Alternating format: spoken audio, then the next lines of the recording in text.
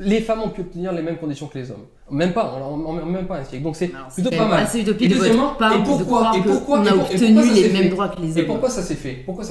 Parce que soudainement, la génération des femmes des années 70 était beaucoup plus intelligente que les femmes d'avant, pas du tout. Ou les hommes moins dominateurs et plus amènes vis-à-vis des femmes, pas du tout. Simplement, c'est l'évolution, encore une fois, de la machine économique qui a fait que nous sommes entrés dans une économie tertiarisée, qui demande beaucoup plus de consommation que de pure production d'un travail physique.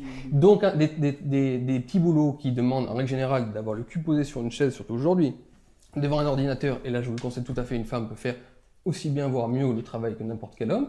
Et en plus, il faut consommer. Donc le but de l'économie actuelle, c'est qu'il y ait de plus en plus de consommateurs et un travail tertiaire. Aujourd'hui, c'est 60 à 80% du travail. Donc dans ces conditions socio-économiques-là, il est normal que les femmes puissent travailler, puissent avoir le droit de vote et avoir un compte en banque. Mais c'est juste lié au progrès technologique et aux conditions socio-économiques. Ça n'a rien à voir avec un système qui auparavant était très patriarcal et très méchant. Et aujourd'hui, comme nous sommes intelligents, nous sommes enfin libérés. Alors... Et je vous garantis une chose, je termine là-dessus, Louise, c'est que si demain devait y avoir une guerre, si demain devait y avoir une crise, n'importe laquelle, qui faisait qu'on devait retourner dans les champs ou dans des usines, apporter des trucs pas possibles, j'en sais rien, je vous garantis que les rapports hommes-femmes redeviendraient à la seconde exactement ce qu'ils pouvaient être à l'époque. Donc vous qui adorez parler du travail physique, du travail dans les champs et expliquer que c'est pour ça que les femmes n'ont pas travaillé pendant longtemps, comment vous expliquez qu'au XVIIe, au XVIIIe siècle, aucune femme n'occupait de fonction politique?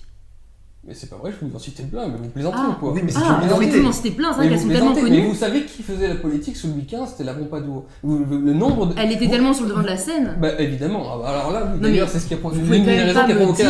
Que de nombreuses femmes en France avaient des fonctions politiques importantes au cours de l'histoire. Mais tout le XVIIIe siècle est géré par les femmes. Allez, citons, deux reines. Mais non, mais...